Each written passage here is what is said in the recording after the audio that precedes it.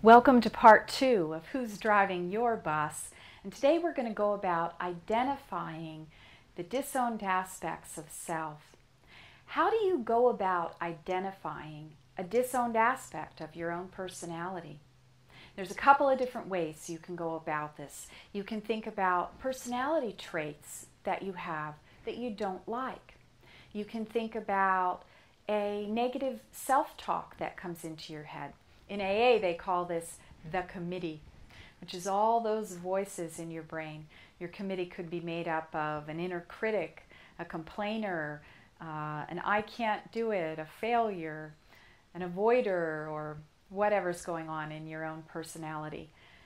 You could also look at behaviors that you don't like. Any unhealthy behavior, an addictive behavior, a codependent behavior, a behavior that's keeping you from moving forward in your life. So these are some ways that you can get started identifying some disowned aspects that you might have. Now, you want to have fun with this.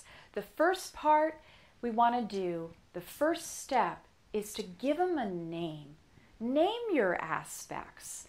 You can name your aspects based on any number of things. You can name them after a quality. You could give them a funny name. You could name them a cartoon character or a superhero. You could call them the blob, the slug. You just go for it and have fun with this. I had one student who had a disowned aspect of self that she pictured as this redneck hillbilly with a big giant beer belly, and she named him Jeb.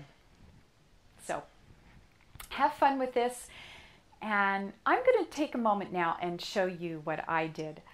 I like to draw, so I made this little model here of my subpersonalities, and this is the main me. This is my main personality, and I just called her me.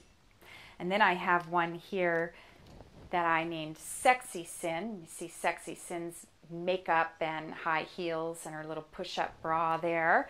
And then I have this one that I called Sarcastic Sin. Sarcastic Sin's got kind of a mean look on her face and a nasty smile. And this one I called the Avoider. This was my avoider who had 3 different distinct behaviors. You see, she's got her candy bar in her book and her eyes are closed because she was busy napping. So there you have it. This is how I identified some of my disowned aspects, and you can go about this however you'd like. There's no right or wrong way to do it. So go ahead and think about the parts of your character that you're not comfortable with, behaviors that you don't care for or that are unhealthy, voices inside your head that are unsupportive or negative, and start to identify some disowned aspects of self.